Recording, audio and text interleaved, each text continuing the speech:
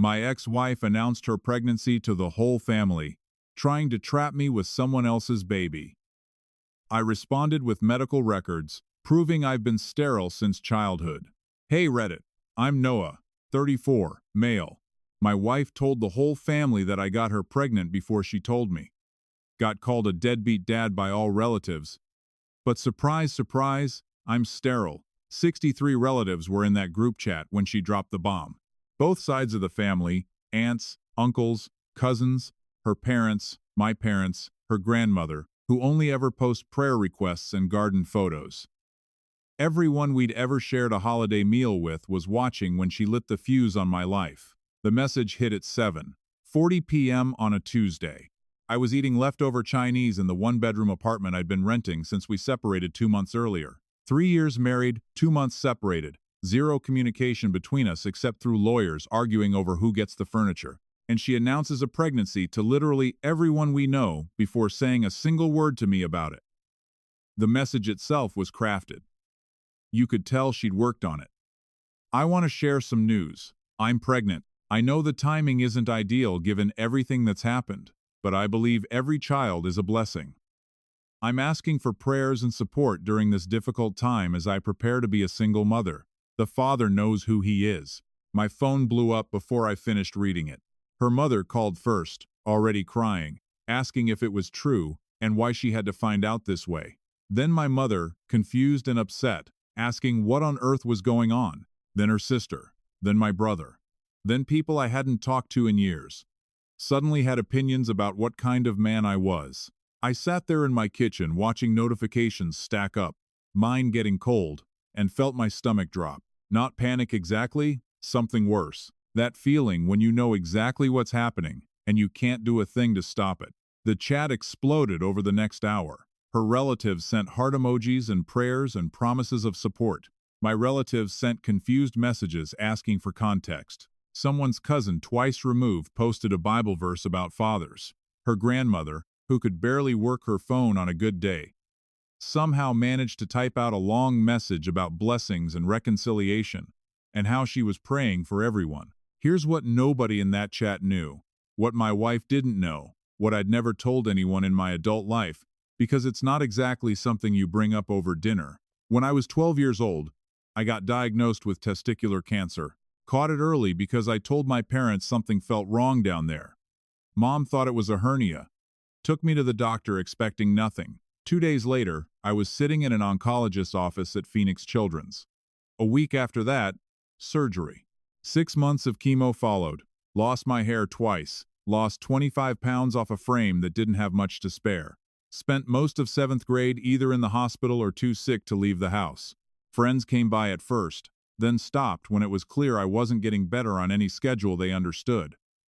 Nobody knew what to say to the kid who might be dying. I missed basketball tryouts, school dances, all the normal kid stuff that seemed so important back then. Got used to adults looking at me with that expression people have when they're not sure you're going to make it. Teachers being extra nice. Relatives showing up with casseroles, I beat it. Obviously wouldn't be writing this if I hadn't. No recurrence in over 20 years, and doctors say there probably never will be. I got lucky with the timing and the type, but the treatment wrecked my fertility. The doctor explained it during a follow-up when I was 15. The chemo drugs wiped out my sperm production. Azoospermia, the medical term, permanent. I got tested twice more over the years just to be sure. Once at 20 when I was in a relationship getting serious, once at 26 during a routine physical. Same result both times, 0 count. I never told my wife. We got married fast, maybe too fast. After dating only 8 months, the kid conversation never came up seriously before things started falling apart for other reasons. Money problems, her family being too involved, the usual stuff that kills marriages. I figured I'd tell her eventually if we ever got to the point of actually trying for a baby. We never did. By the time the marriage was clearly over, it didn't seem to matter anymore. Now it mattered a lot. Messages kept flooding in all evening.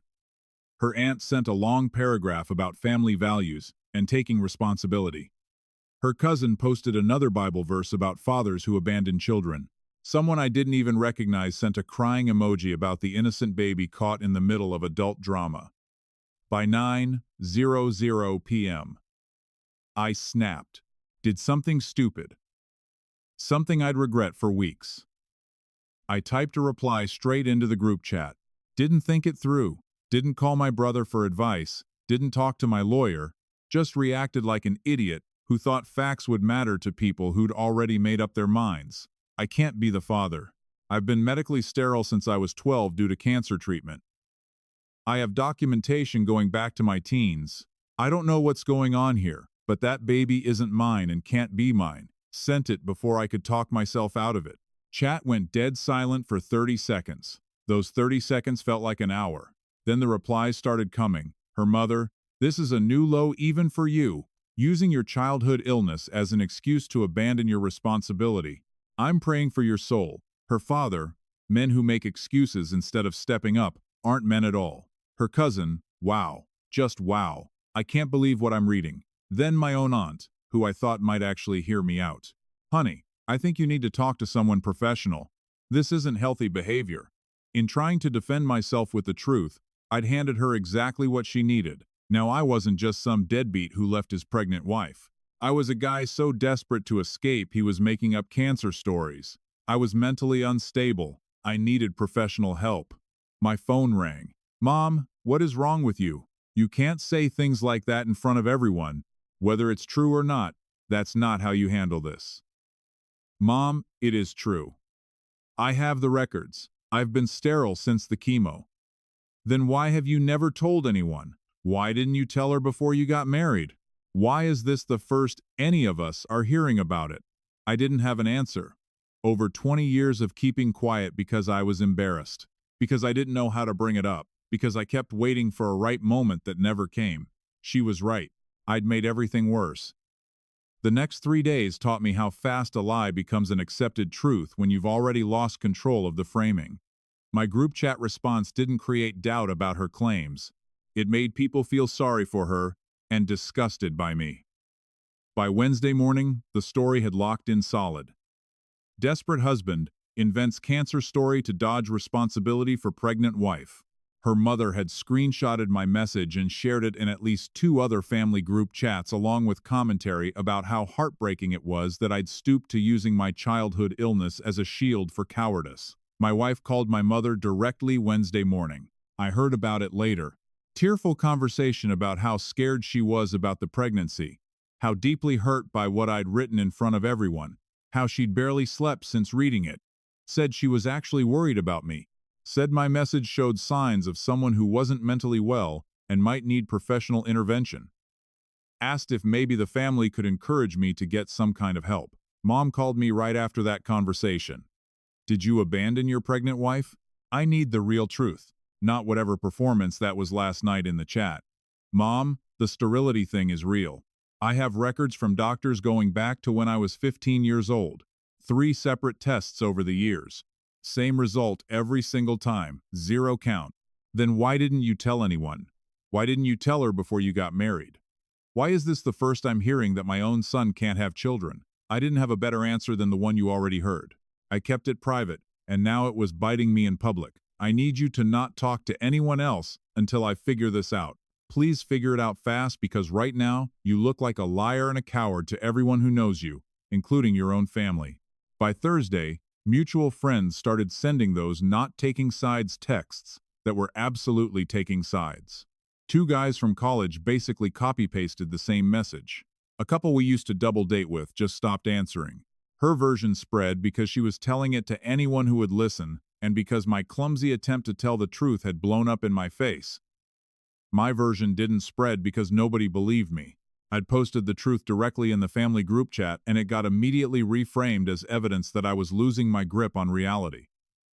Every fact I stated became more proof that I was cracking up. In Phoenix, word travels fast when you've been running in the same circles for years. Church, community, neighborhood connections, overlapping work networks, the way everyone seems to know everyone else's business through 2 or 3 degrees of separation. All the small-town dynamics that make privacy impossible were now working against me hard. Grocery store got awkward fast, ran into her aunt at the Fries on Baseline, and she looked at me like I'd personally insulted her family before turning and walking the opposite direction down the aisle without saying a word. The gym got awkward, too. A guy I'd spotted on bench press for years suddenly developed shoulder problems whenever I needed help. Started making excuses every time I asked. I switched to early morning sessions when nobody from our usual crowd was around. Church was obviously out of the question. Her family had been members there for 2 generations, and half the congregation had probably seen the screenshots by now. I wasn't about to sit through a service surrounded by people who thought I was the kind of guy who'd make up cancer stories to avoid being a father. Even my apartment building felt different. The manager gave me a look when I picked up a package from the office one afternoon, and I couldn't tell if she'd heard something specific or if I was just becoming paranoid about everyone. Probably both. Her dad texted me Friday afternoon. Written message? Not a voicemail? So there'd be a permanent record of what he said. Told me he'd always considered me part of the family, but that real men take responsibility for their actions regardless of the circumstances. Said he was praying I'd find the courage to step up and do the right thing before it was too late. Said his daughter deserved a lot better than what I was putting her through during such a vulnerable time in her life. I typed out 3 different responses and deleted all of them. Nothing I could say was going to change his mind without proving the medical situation first, and I didn't have that proof organized in any form that would actually matter. Her mother posted in the family chat Friday evening. Long message about the challenges her daughter was facing as a single expectant mother, and how the whole family needed to step up and support her right now. Mentioned that baby supplies were getting expensive, and that single motherhood was financially hard even with family help. Said she was setting up a fund to help with costs, and that every little contribution would make a difference. Included her Venmo handle, mentioned they'd already received over $400 in donations. They were actively fundraising off the lie, taking real money from relatives and church members and family friends, and probably strangers who saw shared posts, all of whom believed they were helping an abandoned pregnant woman whose husband had suffered some kind of mental breakdown. My brother texted late Friday night. First contact from him since the initial explosion. Said he honestly didn't know what to believe, but that our parents were really struggling with all of this. Said mom had been crying on and off for days. Said dad wasn't talking much, which was never a good sign with him. Said he thought I should come over for dinner Sunday and try to explain things in person away from the group chat circus. I said I'd think about it. I didn't go. Every day I stayed quiet. She filled the silence with her version of events. But every time I tried to speak up, I made everything worse. I was losing ground, and I didn't know how to recover. She texted me Saturday morning. First direct contact since the bomb dropped. Long message carefully written. Said she understood I was upset about everything. Things got out of control, in ways neither of us intended. She didn't want to fight through lawyers and family members. Maybe we could meet and talk, just the 2 of us, like adults. Figure out a path forward that didn't destroy everyone involved. Coffee shop near our old house. I should have kept it through attorneys. I didn't. I said yes. My thinking at the time, the group chat disaster happened because I reacted without any proof ready. If I could sit down with her and calmly explain the medical situation face to face, maybe she'd realize I wasn't making things up. Maybe she dropped the act. Maybe she was genuinely confused about who the father was. Maybe she'd been with someone else and actually believed I was the father through some messed up timeline math. Or maybe if I laid out the facts clearly enough, she'd admit what was really going on, and we could sort this out without dragging my cancer history through family court and putting it on some public record for anyone to find. Worth a shot. I figured I was wrong. The coffee shop was packed when I got there. She was already seated at a small table by the front window where anyone walking by outside could see us clearly. Looking back, she wanted to be seen. Conversation started off fine. She talked about wanting what's best for the baby regardless of what happened between us, co-parenting effectively, even if the marriage was done, understanding I might need time to process everything. Then she leaned in and asked the question she'd come to ask. Are you still planning to deny being the father? Even after what you said in the chat, I'm not denying anything. I'm sterile, and I can prove it with records and a current test. You keep saying that, But you never told me during our entire marriage. You never told anyone, and now suddenly, it's convenient. It's the truth. If you want, I'll show you the records." She shook her head slowly. Expression shifted to something that looked like genuine sadness. "I really hoped you'd come here ready to be honest with me, to face this like a man instead of hiding behind stories. Guess I was wrong about the kind of man you are."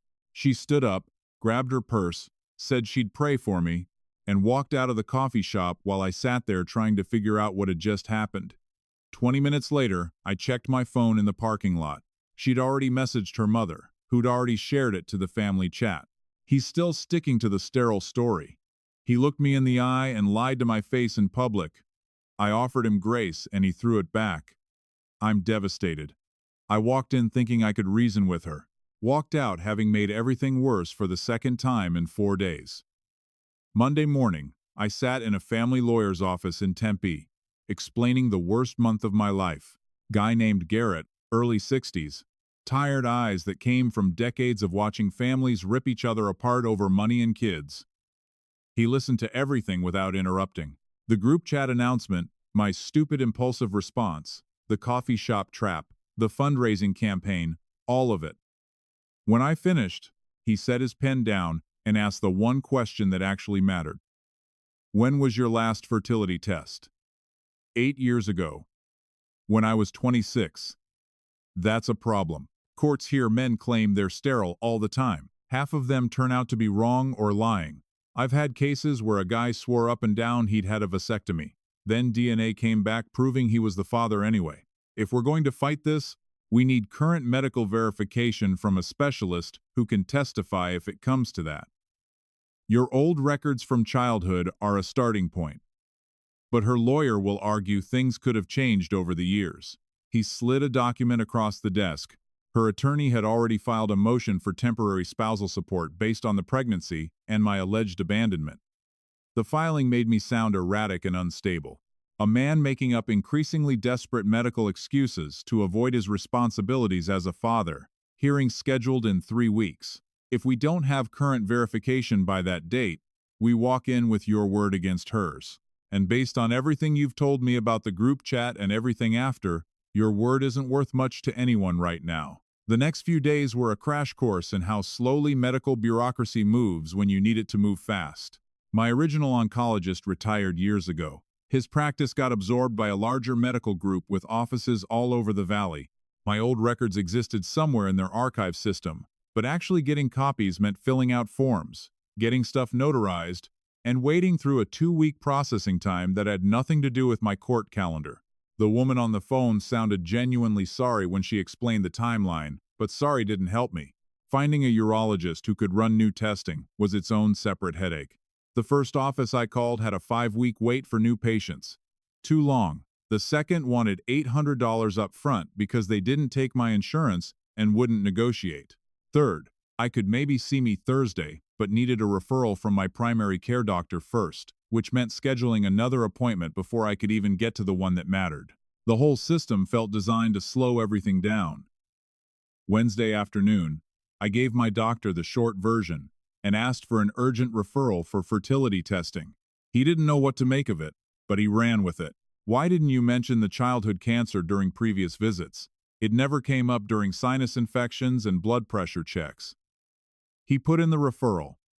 5 to 7 business days for results. Meanwhile, her lawyer sent a formal letter demanding immediate response to the support motion. My lawyer filed for a continuance, citing pending medical evaluation. Judge granted us 10 extra days but made clear that further delays wouldn't be tolerated. Thursday night, I sat alone in my apartment, running worst-case scenarios. If the test results came back late, or if there was any kind of administrative screw-up, I'd be walking into that hearing with nothing but my claims against hers. My word had already been publicly destroyed by the group chat disaster and the coffee shop setup. Hers had family sympathy, church support, and a fundraising campaign collecting real money behind it. The proof existed in my own body. Getting it documented and into court before she buried me was starting to feel like a coin flip. Results came back Tuesday, day 8. Azoospermia confirmed, 0 viable sperm consistent with chemotherapy damage. Urologists put it in writing, and said he could testify in court if needed.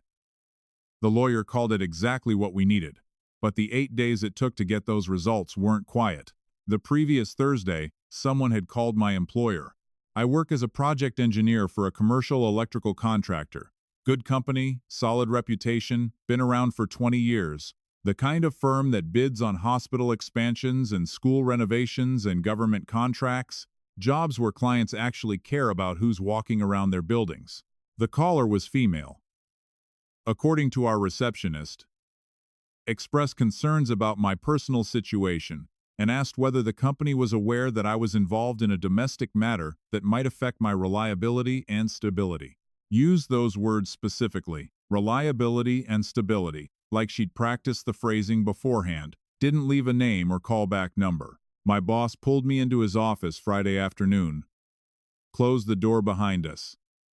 Not trying to pry into your personal life, but I got a strange call this morning from someone asking questions about your stability. Said she was a concerned family member. Is there something going on I should know about? Going through a bad separation. Wife's making false claims about me. Handling it through lawyers. He nodded slowly. Appreciate you for being straight with me. Company policy is we stay out of employees' personal stuff. But if this kind of thing keeps showing up at work, we'll need to have a different conversation. We've got contracts with clients who expect reliability from people we put on their sites. One call was a warning.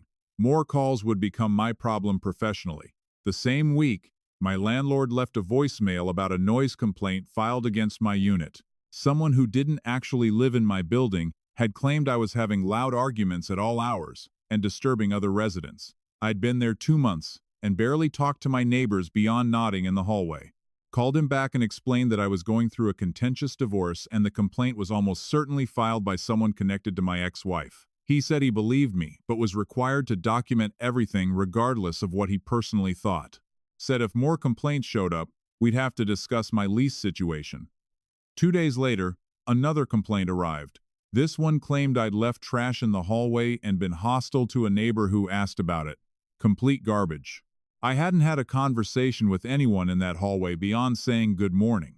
She was going after every part of my life she could reach, creating a paper trail that made me look unstable and difficult. If this went to an extended court fight, she could point to employer concerns and housing complaints as proof that I was barely keeping it together. Then her sister showed up Sunday evening around 7:00, knocked on my door without any warning. I almost didn't answer, but through the peephole, she looked nervous, kept checking over her shoulder like she didn't want anyone to see her there. I opened up. She stepped inside quickly. Can't stay long. Can't be seen here. But I know what my sister is doing is wrong, and I need to tell you something before this goes any further. Go ahead. She's not confused about who the father is. She knows exactly who it is and has known all along. His name is Craig. He's her supervisor at the insurance company where she works. They've been sleeping together for almost a year. I heard a phone call 2 months ago where she was crying to him about being pregnant, and he was telling her to handle it quietly because his wife absolutely could not find out. Craig Holloway, senior claims manager, married with 2 kids. The guy my wife had mentioned casually a dozen times over the past year whenever she talked about work stuff. Always positive comments about him, how smart he was, how he really got the business, how he was the only competent manager in her whole department, how he always backed her up. Funny how that made a lot more sense now. Why are you telling me this? Because she's about to destroy an innocent man's life over a lie, and I can't be part of it anymore. I won't testify or get involved publicly. It would tear my family apart completely. But you deserve to know the truth so you can protect yourself. She left 30 seconds later. Never heard from her again after that night. She didn't come to comfort me or offer support. She came to hand me a grenade, pulled the pin, and disappeared before anyone knew she'd been there. Told my lawyer about Craig Monday morning. He said, "Be careful how we use it. Can't just throw names around without proof. But we could note in our court response that there might be another potential father and ask for genetic testing before anyone decides who pays what." Filing didn't name Craig directly, just said there was reason to believe someone else could be the father and asked the court to figure out paternity before making any decisions about my responsibility. Pretty standard move in contested cases. Apparently, That was enough to blow everything up. Within 2 days, Craig's wife found out. Not from our filing, which was still working through the system. She found out because my wife panicked hard when she realized testing was coming, and there was no way around it. From what I heard later through various people, my wife called Craig the second she found out about the testing request. Things got heated fast. Craig started backpedaling hard. Maybe the timeline doesn't work out. Maybe there's someone else you haven't mentioned to me. Maybe we should both talk to lawyers before saying anything else. She did not take that well. She texted him a bunch of stuff that night that was anything but subtle. You know exactly whose baby this is. You don't get to walk away from this now. I kept records of every single time we were together. Craig's wife had been suspicious for months. Little things that didn't add up. Late nights at work that never seemed to produce anything. Phone calls he took in another room. She'd been waiting for a reason to check his phone. And that night she found one. Checked it while he was in the shower, after hearing it buzz repeatedly. Found everything. The panicked conversation from that day, older messages she didn't know about, enough to confirm what she'd been thinking.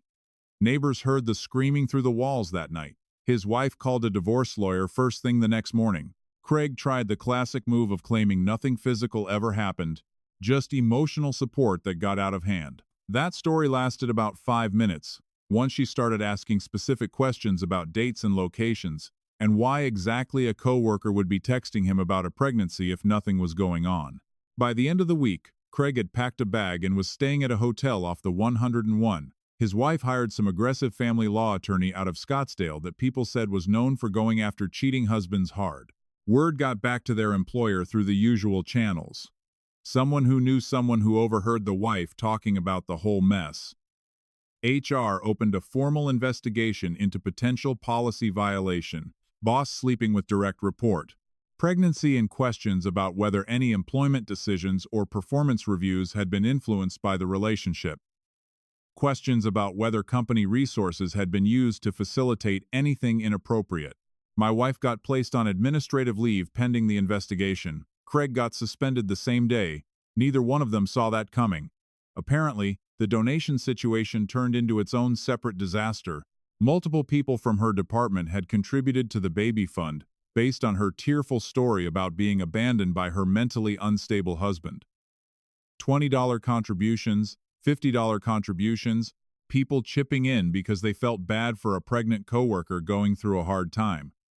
When the real story started leaking through the office gossip network, several of them wanted their money back.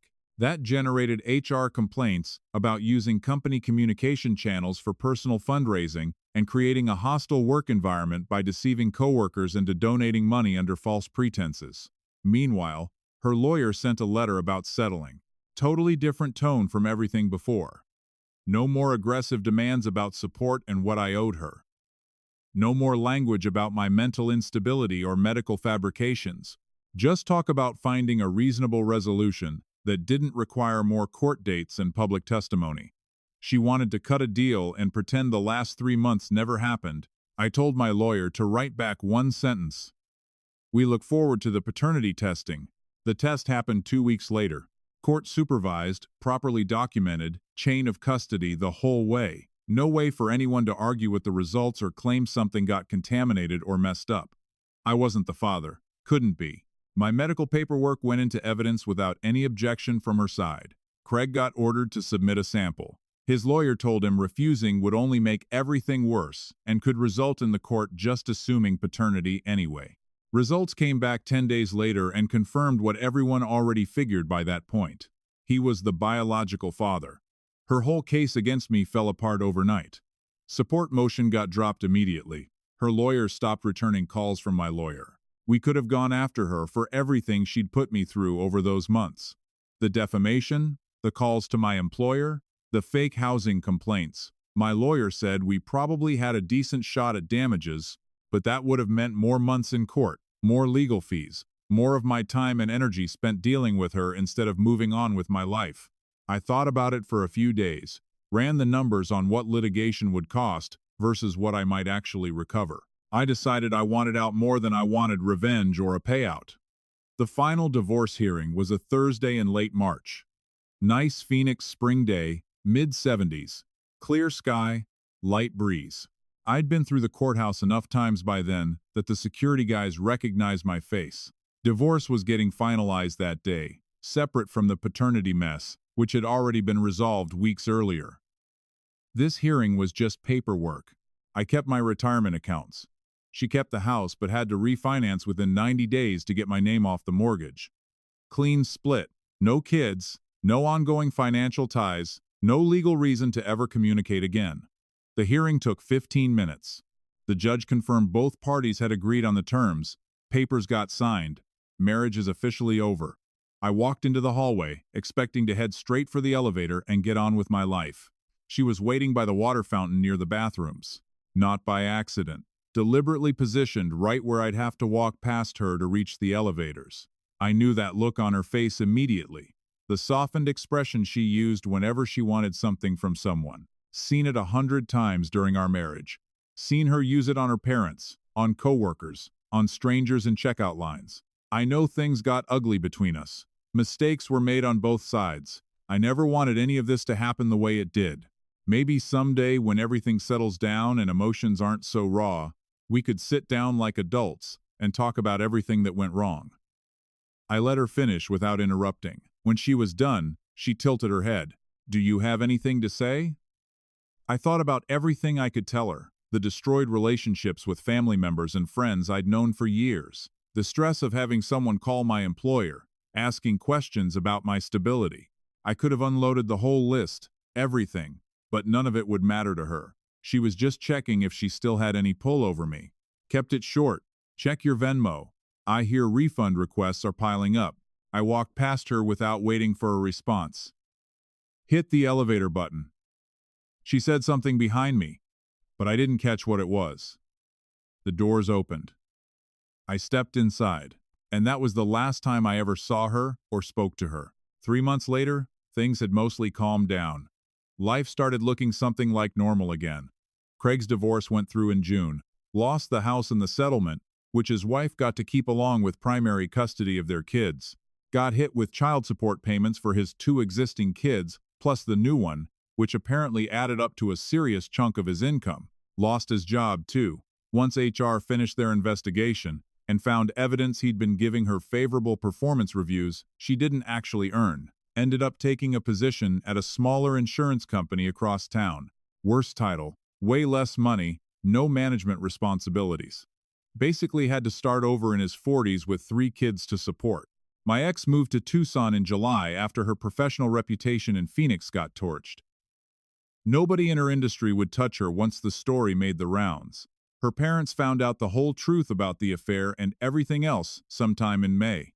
I heard through the family grapevine that her father cut her off completely. Her mother still called occasionally, but things between them were pretty much wrecked. The grandmother, who'd posted all those prayer requests in the family group chat, was apparently devastated when she learned what her granddaughter had actually done. The Venmo thing worked itself out eventually. Most of the donors got refunds, after enough of them complained loudly. Some people didn't bother chasing small amounts. Her mother quietly shut down the fundraising page without any public explanation or apology. They'd collected almost $1,100 before everything collapsed. Most of it got returned one way or another. My brother called a few weeks after the final hearing. "I owe you an apology. Should have asked more questions before I assumed the worst about you. It was a confusing situation. Everyone got played. I'm not holding on to it." Work went back to normal once all the outside noise stopped. I kept showing up. Eventually, people found other stuff to gossip about, and I became old news. The project I'd been worried about losing during all the chaos actually got extended through year-end. Still in the 1-bedroom apartment. Lease runs through December. After that, I'm looking at condos on the east side of the valley. No history attached to any room. No memories I didn't put there myself. Rebuilt things with my parents over several dinners, and one long talk in early April where I finally told them everything I should have told them decades ago. Mom cried when I laid it all out. Dad just nodded and said he wished I'd trusted them with it sooner. Said he understood why I'd kept it private, but that family was supposed to be the people you don't have to hide things from. They weren't wrong about any of that. Not dating anyone. Won't be for a while. 3 years with someone who could flip a switch and become a different person when it suited her. That's a pattern I need to catch faster if it ever shows up again. But I'm doing fine. Better than fine, honestly.